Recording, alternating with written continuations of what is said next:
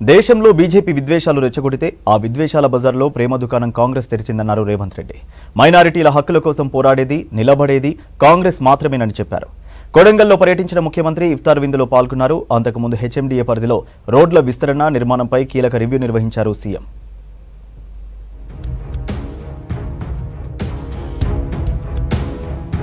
కొడంగల్లో పర్యటించారు ముఖ్యమంత్రి రేవంత్ రెడ్డి. బేగంపేట నుంచి ప్రత్యేక హెలికాప్టర్లో కొడంగల్ చేరుకున్న సీఎం వెంకటేశ్వర స్వామి బ్రహ్మోత్సవాల్లో పాల్గొన్నారు. ఆలయానికి చేరుకున్న ముఖ్యమంత్రికి అర్చకులు పూర్ణకుంభంతో స్వాగతం పలికారు. స్వామివారికి పట్టు వస్త్రాలు సమర్పించారు సీఎం రేవంత్. వెంకటేశ్వర స్వామి ఆలయంలో ప్రత్యేక పూజలు చేశారు రేవంత్ రెడ్డి.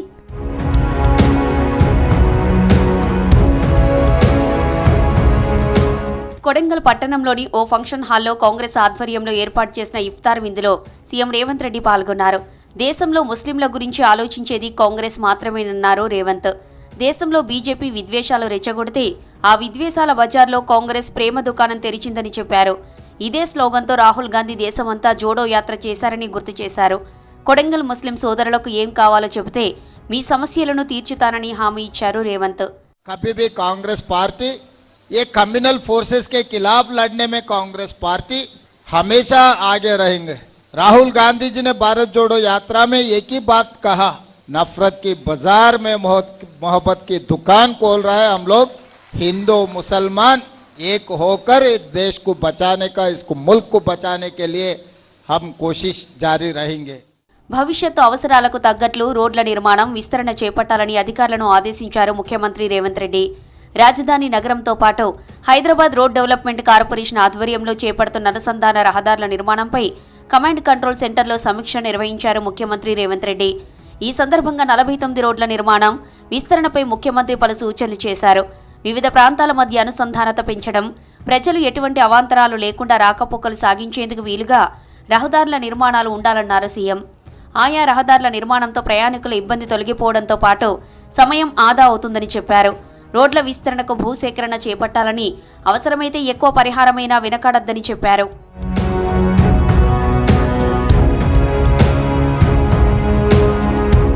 గల్ఫ్ కార్మిక కుటుంబాలకు రాష్ట్ర ప్రభుత్వం అండగా నిలుస్తోందన్నారు సీఎం.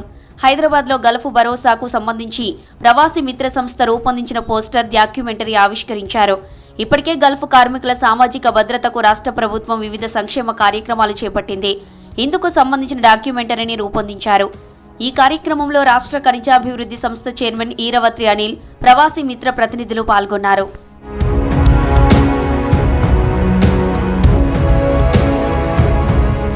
బీఆర్ఎస్ హయాంలో చేసిన అప్పులను లెక్కలతో సహా ప్రకటించింది సర్కార్. తెలంగాణ ఏర్పడే నాటికి రాష్ట్ర అప్పు 90,161 కోట్లు ఉందని తెలిపింది. కాంగ్రెస్ ప్రభుత్వం ఏర్పడే నాటికి వివిధ కార్పొరేషన్ల ద్వారా బీఆర్ఎస్ ప్రభుత్వం చేసిన అప్పు దాదాపు 8,19,000 కోట్లకు చేరిందని స్పష్టం చేసింది. ఈ అప్పు తీర్చేందుకే ప్రభుత్వం 15 నెలల్లో 1,58,000 కోట్లు అప్పు చేయాల్సి వచ్చిందని చెప్పింది. ఏ కార్పొరేషన్ కింద ఎంత అప్పు ఉంది, ఎంత చెల్లించామనేది ప్రభుత్వం లెక్కలతో సహా ప్రకటించింది.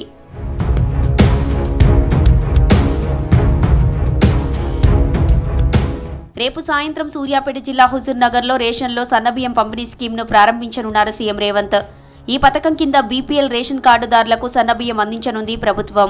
ప్రస్తుతం రాష్ట్రంలోని 2,81,00,000 మంది రేషన్ కార్డుదారులకు దొడ్డు బియ్యం అందిస్తున్నారు. దీనికి బదులుగా దేశంలోని తొలిసారిగా సన్నబియ్యం పంపిణీ చేయనుంది ప్రభుత్వం. ప్రభుత్వం మరో కీలక నిర్ణయం తీసుకుంది. గ్రామ పాలన ఆఫీసర్ల పోస్టుల భర్తీకి నిర్ణయం తీసుకుంది. ఈ మేరకు 10,954 పోస్టుల భర్తీకి ఉత్తర్వులు జారీ చేసింది. ప్రతి గ్రామానికి ఓ రెవెన్యూ అధికారిని నియమిస్తామని ప్రభుత్వం ఇప్పటికే ప్రకటించింది. ఈ మేరకు భర్తీ ప్రక్రియను మొదలుపెట్టింది. ఫోన్ ట్యాపింగ్ కేసులో శ్రవణ్ రావు విచారణ ముగిసింది. జూబ్లీహిల్స్ పిఎస్లో 6 గంటల పాటు విచారణ జరిగింది. వచ్చే నెల 2న మరోసారి ఎంక్వైరీకి రావాలని ఆదేశించారు అధికారులు. గతేడాది మార్చి 10న పంజాగుట్ట పిఎస్లో శ్రవణ్ రావుపై కేసు నమోదైంది. దీంతో ఆయన విదేశాలకు వెళ్లారు. రెడ్ కార్నర్ నోటీసులు ఇవ్వడంతో ఇవాళ హైదరాబాద్కు వచ్చారు శ్రవణ్ రావు.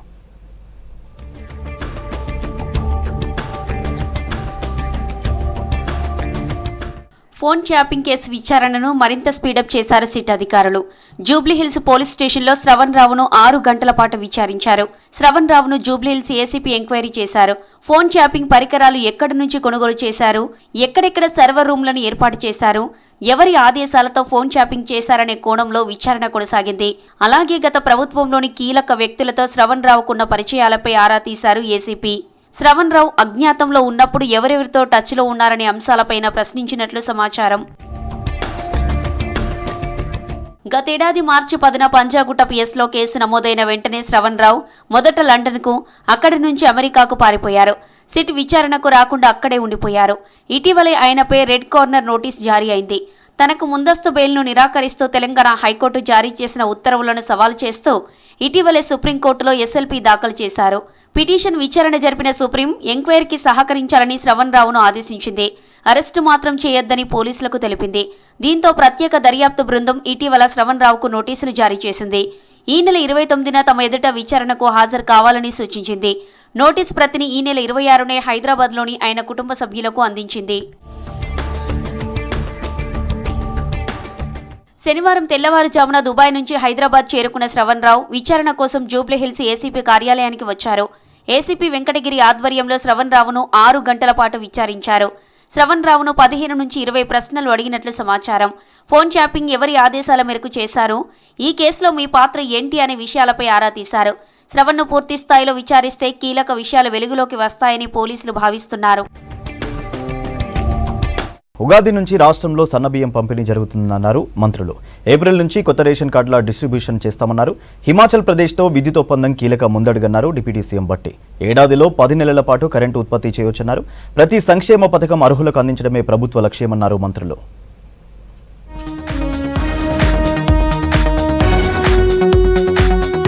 హిమాచల్ ప్రదేశ్తో విద్యుత్ ఒప్పందం కుదుర్చుకోవడం గొప్ప ముందడుగన్నారు డిప్యూటీ సీఎం భట్టి విక్రమార్క. రాష్ట్రంలో వేగంగా పెరుగుతున్న విద్యుత్ డిమాండ్ దృష్టిలో పెట్టుకుని చర్యలు చేపట్టామన్నారు. Telangana clean and green energy policy 2025 ప్రకారం హిమాచల్ ప్రదేశ్తో 520 మెగావాట్ల హైడల్ పవర్ ఒప్పందం కుదిరిందన్నారు. హిమాచల్ ప్రదేశ్ సిమ్లాలో ఆ రాష్ట్ర సీఎం సుఖ్వీందర్ సింగ్ తో కలిసి విద్యుత్ ఒప్పందం కుదుర్చుకున్నారు డిప్యూటీ సీఎం భట్టి. తెలంగాణ జెన్కో ఆధ్వర్యంలో ప్రాజెక్టు పనులు జరుగుతాయన్నారు Bhatti. Telangana is in forefront in hydropower with 2,520 megawatts with reverse pumping mechanism. With Telangana new clean and energy policy 2025, we aim to increase our renewable energy capacity to 20,000 megawatts by 2030 and 40,000 megawatts by 2035. రాష్ట్రంలో రేపటి నుంచి సన్నబియ్యం పంపిణీ ప్రారంభిస్తామన్నారు మంత్రి ఉత్తమ్ కుమార్ రెడ్డి. హుజూర్ నగర్ లో CM Revanth Reddy చేతుల మీదుగా scheme ప్రారంభం కానుందన్నారు. సూర్యాపేట జిల్లా కోదాడలో కాంగ్రెస్ పార్టీ ముఖ్య నేతలతో సమావేశమయ్యారు ఉత్తమ్. తెల్ల రేషన్ కార్డులకు 3 రంగుల కార్డు, ఎబో పావర్టీ వారికి గ్రీన్ కార్డు ఇస్తామన్నారు ఉత్తమ్.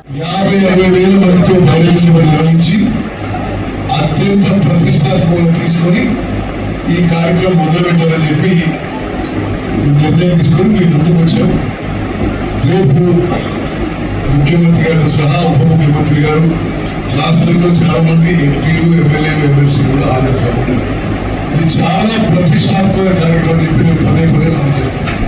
ఈ కార్యక్రమానికి కోదాడ నియోజకవర్గం, కోదాడ ప్రథమ సింహాలైన మీరందరూ ఏప్రిల్ నుంచి కొత్త రేషన్ కార్డుల పంపిణీ జరుగుతుందన్నారు మంత్రి పొన్నం. త్వరలోనే నిరుపేదలకు పారదర్శకంగా ఇందిరమ్మ ఇండ్లు మంజూరు చేస్తామన్నారు. సిద్దిపేట జిల్లా హుస్నాబాద్ క్యాంప్ ఆఫీస్ లో రైతులతో సమావేశమయ్యారు మంత్రి. గౌరవెల్లి ప్రాజెక్టు కాలువల నిర్మాణానికి రైతులు పెద్ద మనసుతో సహకరించాలన్నారు. మాసముద్రం గండి దగ్గర స్థలాన్ని కేటాయించి ఇంజనీరింగ్ కాలేజీని ఏర్పాటు చేస్తున్నామన్నారు. ఇండస్ట్రియల్ పార్క్ ఏర్పాటుకు స్థల సేకరణ జరిగిందని, అక్కడి రైతులు సహకరిస్తున్నారన్నారు మంత్రి పొన్నం ప్రభాకర్. సన్న బియ్యం ఇచ్చే కార్యక్రమాన్ని ప్రారంభిస్తా ఉన్నారు. రేపు లాంఛనంగా గౌరవ ముఖ్యమంత్రి గారు, సివిల్ సప్లై శాఖ మంత్రి ఉత్తమ్ కుమార్ రెడ్డి గారు, డిప్యూటీ ముఖ్యమంత్రి భట్టి విక్రమార్క గారు హుజూర్ నగర్ నియోజకవర్గం లోపల ఈ కార్యక్రమాన్ని ప్రారంభోత్సవం చేస్తూ ఉన్నారు. తెలంగాణ వ్యాప్తంగా అన్ని చౌకధర దుకాణాలకు ఇప్పటికే బియ్యం వచ్చున్నాయి. వీటిని కూడా లాంఛనంగా మొదటి వారంలో శ్రీరామనవమి ముందా ఒక డేట్ ఫిక్స్ చేసి అంతటా కూడా ఈ కార్యక్రమాన్ని ప్రారంభోత్సవం చేయడం జరుగుతుంది. నల్గొండ జిల్లా కేంద్రంలో నెలలోపు సీవరేజ్ ట్రీట్మెంట్ ప్లాంట్ పనులను పూర్తి చేయాలని అధికారులను ఆదేశించారు మంత్రి కోమటిరెడ్డి వెంకటరెడ్డి. నల్గొండలో 80% ఇండ్లను 20 ఏళ్ల క్రితమే సీవరేజ్ ట్రీట్మెంట్ అనుసంధానించామని తెలిపారు. 2014లో 38 కోట్లతో ఎస్టీపీ మంజూరైనప్పటికీ ఇప్పటి వరకు పనులు పూర్తి కాకపోవడం బాధాకరమన్నారు. రానున్న 30 రోజుల్లో ఎస్టీపీని పూర్తి చేయాలని మున్సిపల్ ఇంజనీరింగ్ అధికారులను, పబ్లిక్ హెల్త్ అధికారులను ఆదేశించారు మంత్రి. నల్గొండ శేషమ్మ గూడెం దగ్గర ఎస్టీపీ పనులను తనిఖీ చేశారు మంత్రి కోమటిరెడ్డి. చాలా బాధాకరం. ఇప్పుడు ఆ టౌన్లో వెంకటేశ్వర కాలనీ మొదలు పెడితే పద్మావతి కాలనీ, రాఘవేంద్ర కాలనీ ఇన్ని కూడా దాదాపు 70% of the town STP house connection ఇచ్చినాం, అన్ని ఇచ్చినాం. కానీ ఈ ట్రీట్మెంట్ ప్లాంట్ లేక ఇబ్బంది పడుతున్నారు ప్రజలందరికీ. కూడా నా రిక్వెస్ట్ ఏంటంటే మీరు ఇన్ని రోజులు భరించారు, ఒక 1 మంత్లో ఇప్పుడు మా జిల్లా కలెక్టర్ గారు అలాగే ఈ కంపెనీ వాళ్ళు కూడా చెప్పినారు 25 డేస్ లో కంప్లీట్ చేద్దాం. ప్రతి పథకం పేదలకు చేరాలన్నారు మంత్రి తుమ్మల నాగేశ్వరరావు. ఖమ్మం జిల్లాలో పర్యటించిన మంత్రి వివిధ అభివృద్ధి పనులకు శంకుస్థాపన చేశారు. వెంకటాయపాలెం నుంచి రఘునాథపాలెం బైపాస్ రోడ్డుకు శంకుస్థాపన చేశారు. త్వరలోనే రోడ్డు ప్రజలకు అందుబాటులోకి వస్తుందని చెప్పారు తుమ్మల. ప్రభుత్వం ఎన్నో పథకాలు రూపొందించిందని, వాటన్నింటినీ పేదలు అందిపుచ్చుకోవాలని సూచించారు. గ్రామ కమిటీలు నిరుపేదలకు పథకాలు అందేలా చూడాలని ఆదేశించారు. ఈ రాష్ట్రంలో నాకు చేతనైనంత కాడికి చేసే శక్తి ఆ భగవంతుడు, ఈ పార్టీ, ప్రభుత్వం ఇచ్చింది. అది మీ దయ వల్ల నాకు వచ్చింది కాబట్టి మీ కష్టాలు, మీ అవసరాలు తీర్చే బాధ్యత నాది. కాబట్టి పంచేది అందరికీ, పేదోళ్ళకి, నిజమైన వాళ్ళకి, అవసరమైన వాళ్ళకి పంచండి. అది రేషన్ కార్డు ఇస్తారా, రేపు సన్న బియ్యం ఇస్తారా, రేపు ఇల్లు ఇస్తారా, ఇళ్ల స్థలం ఇస్తారా, ఏమిస్తారో పేదవాళ్ళకి వెళ్ళాలి ముందు. రాష్ట్రంలోని వివిధ జిల్లాలలో గత 5 ఏళ్లలో పిడుగుపాట్లు, అగ్ని ప్రమాదాల కారణంగా మృతి చెందిన వారి కుటుంబాలకు ప్రభుత్వం నష్టపరిహారాన్ని విడుదల చేసింది. ఈ మేరకు ఆయా జిల్లా కలెక్టర్లకు సమాచారం పంపించి బాధిత కుటుంబాలకు ఎక్స్గ్రేషియా అందించాలన్నారు మంత్రి పొంగులేటి. పిడుగుపాట్లతో మృతి చెందిన వారి ఒక్కో కుటుంబానికి 6 లక్షల చొప్పున, అగ్ని ప్రమాద మృతుల కుటుంబాలకు 4 లక్షల చొప్పున నష్టపరిహారం అందిస్తున్నామన్నారు. బాధిత కుటుంబాలకు ఈ పరిహారం త్వరితగతిన అందించాలని మంత్రి ఆదేశించారు. మావోయిస్టుల ఏరివేత కొనసాగుతోంది. సుక్మా జిల్లాలో జరిగిన ఎన్కౌంటర్లో 18 మంది మావోయిస్టులు చనిపోయారు. భారీగా మారణాయుధాలు పోలీసులు స్వాధీనం చేసుకున్నారు. ఇటు బీజాపూర్ జిల్లాలో జరిగిన ఎన్కౌంటర్లో ఓ మావోయిస్టు చనిపోగా 2 జవాన్లకు గాయాలయ్యాయి. తుపాకులు వీడి జనజీవన స్రవంతిలోకి రావాలని మావోయిస్టులకు కేంద్ర హోంశాఖ మంత్రి అమిత్ షా పిలుపునిచ్చారు.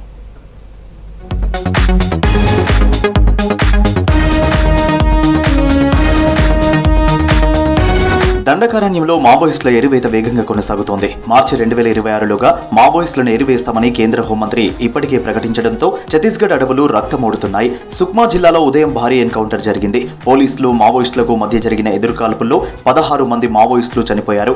పక్కా సమాచారంతో కూమింగ్ నిర్వహించిన పోలీసులు 16 మందిని హతమార్చారు. ఈ ఘటనలో 2 భద్రతా సిబ్బందికి గాయాలయ్యాయి.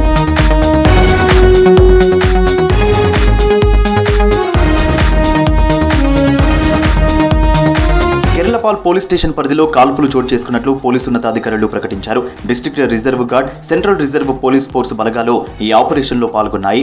గాయపడిన జవాన్లు డీఆర్జీ విభాగానికి చెందిన వారని తెలిపారు. ఘటనా స్థలంలో 16 మంది డెడ్ బాడీలతో పాటు భారీగా ఆయుధాలను స్వాధీనం చేసుకున్నారు. పెద్ద సంఖ్యలో AK-47 రైఫిల్స్ తో పాటు self loading rifles, INSAS, rocket launcher, barrel grenade లాంచర్లను స్వాధీనం చేసుకున్నట్లు అధికారులు ప్రకటించారు. प्रतिबंधित एवं गैरकानूनी सीपी माओवादी की उपस्थिति की आशंका के आधार पर DRG सुकमा MCRPF का संयुक्त बल सर्च अभियान के लिए रवाना किए गए थे। अभियान के दौरान आज प्रातः 8 बजे से लेकर अनेक बार माओवादी एवं सुरक्षा बल के बीच में मुठभेड़ हुई। मुठभेड़ के उपरांत इलाका का सर्चिंग में कुल 16 माओवादियों का डेड बॉडी अब तक रिकवर किए गए थे। घटनास्थल से काफ़ी बड़ी संख्या में AK-47, SLR, इंसास एवं अन्य हथियार भी बरामद किए गए थे। आसपास इलाका में अभी सर्चिंग जारी है। इस मुठभेड़ के दौरान हमारा 2 जवान घायल भी हो गए। उनका स्थिति अभी सामान्य एवं खतरा से बाहर है। उनके इवैक्यूएशन के लिए आवश्यक व्यवस्था की जा रही है। आसपास इलाका में रीइंफोर्समेंट टीम द्वारा भी सर्चिंग की जा रही है। इस मुठभेड़ में अन्य और भी माओवादी कैडर घायल होना या मारा जाने की संभावना है। మధ్యాహ్నం తర్వాత ఛత్తీస్గఢ్ జిల్లా బీజాపూర్లో మరో ఎన్కౌంటర్ జరిగింది. మావోయిస్టులపై ఎదురుకాల్పులు జరిపాయి బలగాలు. ఈ ఘటనలో ఓ మావోయిస్టు చనిపోయాడు. మరికొంతమంది పారిపోయినట్లు తెలుస్తోంది. పోలీసులతో కలిసి బలగాలు అడవినంతా జల్లెడ పడుతున్నాయి.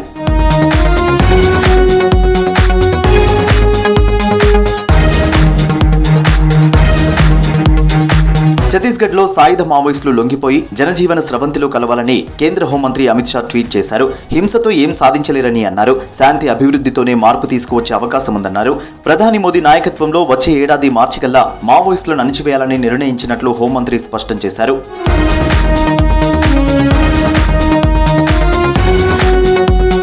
ఛత్తీస్గఢ్లో మావోయిస్టులు లేకుండా చేయడమే ప్రభుత్వ లక్ష్యమన్నారు ఆ రాష్ట్ర సీఎం విష్ణుదేవ్ సాయ్. సుక్మా ఎన్కౌంటర్ భద్రతా దళాల ధైర్య సాహసాలకు నిదర్శనమని తెలిపారు. దండకారణ్యంలో విజయవంతంగా కూంబింగ్ చేస్తున్న భద్రతా సిబ్బందిని అభినందించారు. ఛత్తీస్గఢ్లో రోజురోజుకు మావోయిస్టులు బలహీనమవుతున్నారని చెప్పారు విష్ణుదేవ్. सुकमा में आज नक्सली मुठभेड़ हो रहा है, जिसमें अभी तक 16 नक्सलियों के डेड बॉडी मिले हैं और इस बहादुरी के लिए हम अपने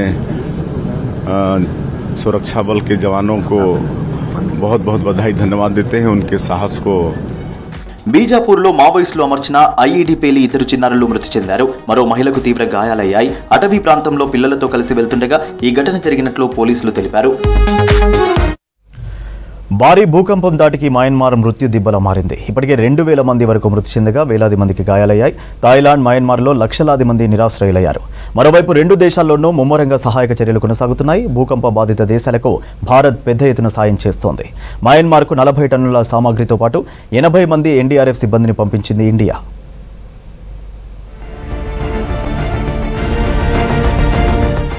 భారీ భూకంపంతో మయన్మార్, థాయిలాండ్ దేశాల్లో పెను విధ్వంసం జరిగింది. 2 దేశాల్లోనూ భూప్రలయంతో మృతుల సంఖ్య గంటకు పెరుగుతోంది.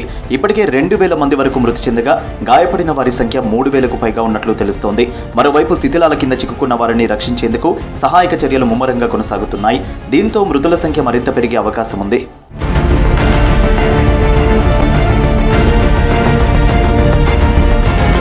మయన్మార్ను 2 రోజులుగా భూకంపాలు వదలడం లేదు. వరుసగా 2వ రోజు మయన్మార్లో స్వల్ప వ్యవధిలో 3 సార్లు భూమి కంపించింది. మధ్యాహ్నం 2:50 టైంలో అత్యధికంగా 4.7 తీవ్రతతో భూమి కంపించినట్లు నేషనల్ సెంటర్ ఫర్ సిస్మాలజీ తెలిపింది. యుఎస్ జియోలాజికల్ సర్వే మాత్రం భూకంప తీవ్రతను 5.1గా ప్రకటించింది. వరుస భూకంపాలతో తీవ్ర భయాందోళనలో ఉన్నారు ప్రజలు.